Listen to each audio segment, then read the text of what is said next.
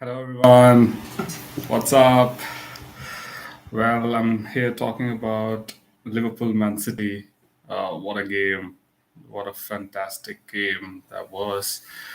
Uh, Nail biting. I was that was really crazy. Talking about the game itself. Uh, you know, the kind of uh, situation we were in. That was really tough. We were top of the league. Man City was just 1 point behind us, and we needed a win for sure, right? But I think it's all boils down to the quality of the team. Obviously, Man City has a lot of quality with tons of money they've put in. So it was it was some game, I must say. But yeah, what a game! What a game! There was, in the initial stages, it was. I thought it was Man City who was winning every second ball, every challenge, and Liverpool. I could feel that the energy wasn't there. But yeah, once that game goal went in, once we hit the with the halftime, Klopp did his magic as always. We came back to the game. We played better. We won every tackle. The crowd was, my God, crowd. That was some game live at Anfield, right? But I don't know where to begin, man. It's one of those games you're just enjoying every second of it, and 90 minutes, 90 plus, give or take. I think it was 8 minutes at a time in the end, and in between, in the halftime, it was 6 minutes, so almost more than 100 minutes of game, and it was so intense, so much to talk about, right? It started off, there's a lot of expectation from the Liverpool side now because we are top of the league. We are expected to win at Anfield, and it's a last game between Klopp and Pep at Anfield in Premier League. So that's wow. Never in our lifetime we are going to watch these two teams again in Premier League. So that was the stage was set. I must say, boy oh boy, the teams delivered, right. I was expecting I was expecting a tight game for sure, but I also felt like we're gonna thrash Man City, simply because they they have the quality to control the game, to possess the game. That would play in our advantage, right? Like, for example, they would keep the ball a lot, and try to play tiki taka, and all of that. But I felt that we could thrash them the way we thrashed them, I think, in 2018 when they came here unbeaten. We thrashed them 4-3, I think. Yeah. So that was, I had that in mind. I really thought that we could just put them to bed.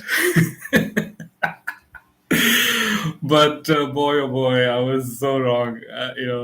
Both teams, I wouldn't say they were pragmatic in their approaches. They were for sure going for a win, right? Both the teams. But I mean, at the end of it, I thought Liverpool had better chance, better opportunity to put the game to bed. I mean, Diaz just missed like couple of sitters. I was watching the game with my wife, and we were just screaming at night, and that was, I mean, we're gonna miss this game, man. Like, best game so far in Premier League this year, hands down, right? So Yeah, if I have to talk about the game itself, fantastic game.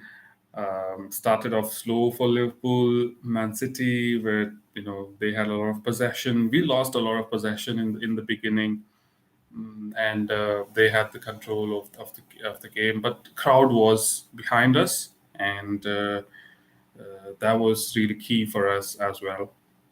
And I was just watching, Klopp at the touchline. Usually so animated, right? He's he's angry. He's just doing his thing where he's like, this, but he was so happy and he was super. It was super fun for him. I must say, right? I could see from on the screen that he was really enjoying the moment. He knew. I mean, he is not going to get this game again ever because of the decision that he's going to leave the club. But yeah, I mean, it started slow, like I said, and they scored the goal, which was a very cheap goal to concede. I mean, we've not conceded such goals. Maybe that's kind of, I mean, that's a good goal for sure. They had, I guess, coming straight from from their training pitch, and I also saw Pep going to his staff and high-fiving. I'm sure someone in their team has choreographed this move. But yeah, in the end, a halftime came in, and I knew that it's going to be a big halftime for Liverpool. I was so sure that Klopp is going to scream at those folks. I was I was just thinking, and my wife was really angry. That how can they score at Anfield? I mean, she's recently became a football fan with me, um, but I knew that I was chill, much more relaxed. But I was upset, as you can imagine, a Liverpool fan or any football fan for that matter. Halftime came in and we started playing, and I really enjoyed the intensity, the the purpose of the team, and I knew that it's about time we're going to put this game to bed. We scored. We got the first uh, pen. I mean, we got the opportunity to score a pen. Edison, man, what the hell was he thinking? He just lashed onto Nunes, and I saw a lot of these pundits criticizing Ake for that ball. I don't think I didn't think it was a bad ball. I mean, it's just the way they play, right? They don't they don't kick the ball to someone's feet. They'll kick it to an extent where the other player comes in, and reaches to the ball. It's obviously it's Pep, right? You never. It's not like the ball is going from one point to another. It's not. It's never that. It's about the person seeing the player, one player seeing the other player, and they have this eye contact, and then, they kick the ball to an extent where the other player can come, and then receive the ball and then kick it back or whatever. That was the idea, and I could see that. And it was not a bad ball at all from Ake. However, it became a bad ball because of Nunes. Nunes possesses such high speed. He is on his toes, ready to pounce on people. And it's credit must go to Nunes for that goal. And you know, uh, people criticize Nunes for the kind of chances he misses. For sure, I mean, he's worthy of that criticism. But I must say he's such a key player for Liverpool because he makes the other teams sweat. He makes them sweat, boy. It's not easy. I would be scared if he was playing with against me on a 6 by 6, 6 versus 6 game. I mean, it's all about Nunes, and he probes that he approaches that ball with such a accelerating speed. It's very difficult for Edison not to dive or latch onto him. He had to do that, and he does that. Although I think it was a red, straight red, because he freaking puts Nunes down, man. He gets injured at the end of it.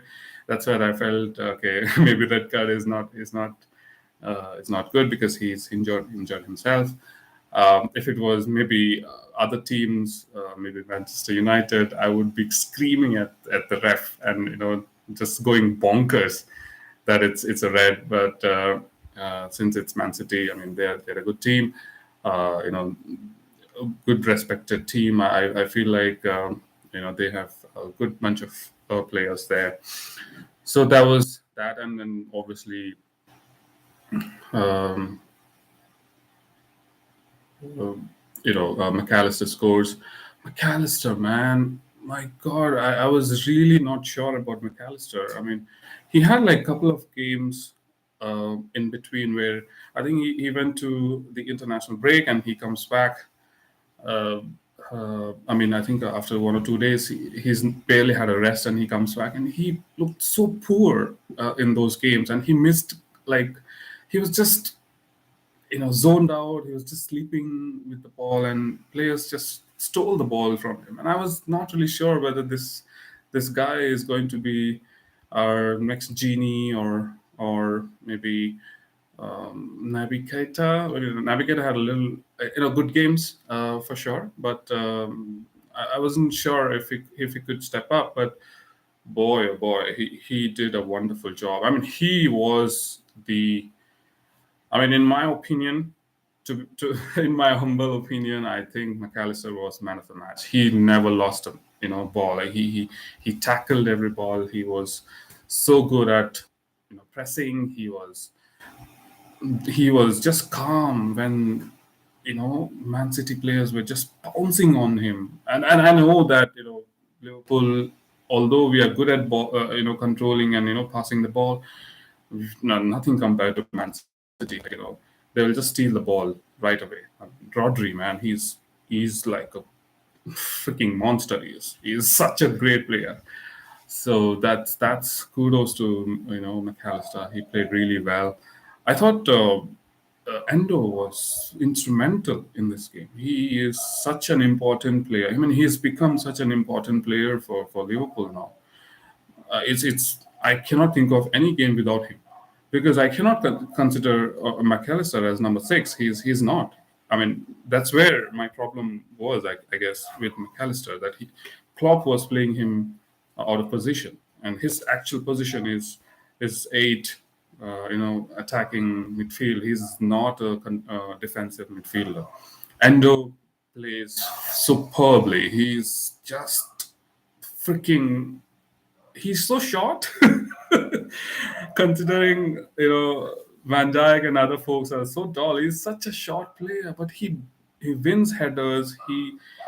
He has this determination, and he has this thing that where he cannot lose a ball, and even if he loses the ball, he's right back at it. He will go and he'll just attack them. He'll tackle them. He'll get that ball back. So I think Endo has become really, really important for us. And in terms of attack, Soboslai played yesterday. I must say, I really enjoyed that game. He is superb, right? He's silky. He's a stud. I love it, man. He's superb. We missed him a lot. Curtis Jones is a good player, no doubt. He's probably a substitute player. At best, he's a FA Cup finalist or a cup game finalist player, but he's not a first team starter when it comes to big games. Not yet, at least. So Washlai did the job. He was superb. I was not really happy when he left the pitch, because we had good control and we were at good pace at that point in time. But then I could understand Klopp's point of view, because he's recently come back from injury, and it's very difficult for for Soboslai also to continue to complete the game of such intensity and of such magnitude. Luis Diaz, I mean, what can I say? He's not had the best season so far. I mean, he's done really well. I still believe that his first season with Liverpool was amazing season. After injury, it's very difficult for players to come back to their normal game, right? I mean, Van Dijk took one full season to come back, and look at him now. He's killing it, man. I talk about him, but yeah, Lois will take its time. I think next season will be his season. Nunes, fantastic. I don't know where to begin. He's chaos. He's so important for us. And Elliot was he tried a lot, but I mean he's a good player, no doubt. He's definitely a future star. He's already a star. He's a big player for us already, but I think he's going to be like a Steven Gerrardish kind of a player for Liverpool, no doubt about it. He and Trent, these two folks will start the game in the middle of the park in the future. I have no doubt about it. So yeah, Elliot was a superb. I think right back was really good. He's superb. I mean, he's just 20, man. Fucking, he's just 20, and he's playing against what? Who was the one who's playing at the left for Man City? I think it was Bernardo Silva. I don't remember. Maybe just tell me in the comments down below if you can remember. But yeah, so he was really good. Kwanzaa, oh my God, Kwanzaa is a starter in the future. He is going to be our main.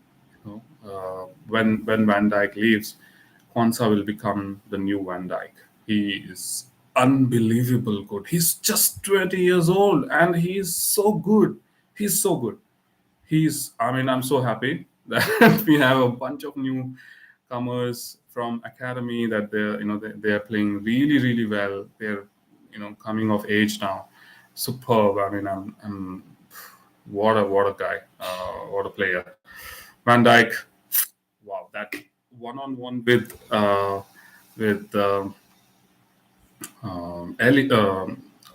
Haaland. Oh wow, that sums it up really well. Erling Haaland one-on-one with Van Dijk. Van Dijk, he's cool as you like.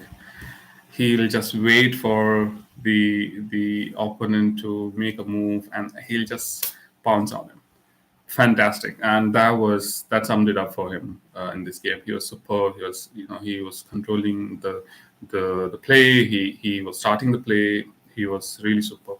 Although I thought set pieces he could have done better. Maybe it just wasn't for him today. I don't know why. Um,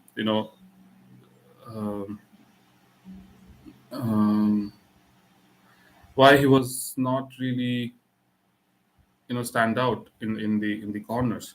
Maybe the balls were not delivered to him properly, but yeah, that's one of those things, right? You get a chance, you just finish it. But yeah, so that didn't happen. But yeah, left back, obviously our own Joe Gomez is really well. I mean, he's done a tremendous job in covering for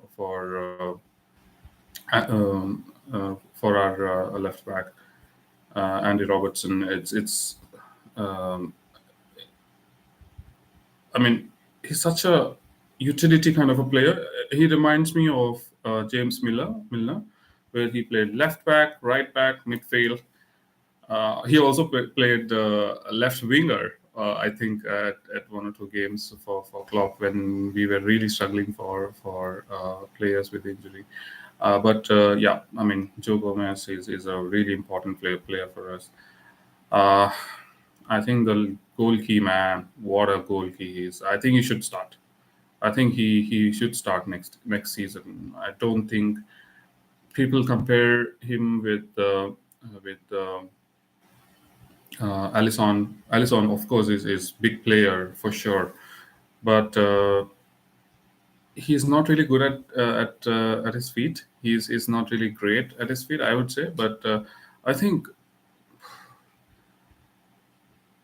our new goalie is great, man. I mean, I'm sure the new manager, whoever comes in, he will take a note of this. I think you should uh, um, start him. I keep forgetting his name. I'm really sorry. What's his name though? Man, I'm so bad with names, especially uh, considering Kelleher. Yeah, Kelleher. And he's been with the club since ages now, and it's time that we start him. Right? It's time for him to kickstart. He's at a good age. I think 25 is his age. He's done a tremendous job so far, covering for Alisson. And yeah, I think fantastic game. I thought we could win it, but in the end, yeah, we had to settle for draw. I think I genuinely felt like we threw the game away by missing those key chances from Lewis, and also a couple of chances that we could. I mean, especially Nunes. He keeps going to beyond the offside line. It's so frustrating. But it's one of those things, you have to just let it go because he brings so much to the game and to the match. It's really can't complain much. But I feel like that's where he is missing out. If he can do that, and if he can uh, become disciplined enough to be in the game and be with other players in terms of covering and being in the onside position, it's will go a long way. I mean, he'll go a long way in scoring a lot more goals because I think he would miss. I'm sure he has missed a lot of goals because of his offside position so far. But yeah, hey, listen, I've just decided to put my thoughts out. Hit share, like, subscribe, all those good things. If not, share, like, subscribe, at least leave a comment. Just put all your good thoughts and of course bad thoughts in comments, and let me know what I can do best to put my thoughts out. Obviously, I've been watching Liverpool for the past, I think, yeah, 10 years now, more than 10 years, and I've written some opinion pieces on sports websites and things like that, but never thought I'll put a video out talking about the game or football in general. It's going to be a football show. I'm based in India, and I'll be talking more about football from an Indian fans' perspective. I will also cover some of the Indian football scenes here. I would love to talk to my colleagues, my other fans from other clubs in India, outside India. Would love to talk to you guys and do a podcast together, do a stream together. I mean, I see a lot of these. But I guess I'll talk about that in another video because it's already 23 minutes. But yeah, great game. I'll see you guys later. Bye bye.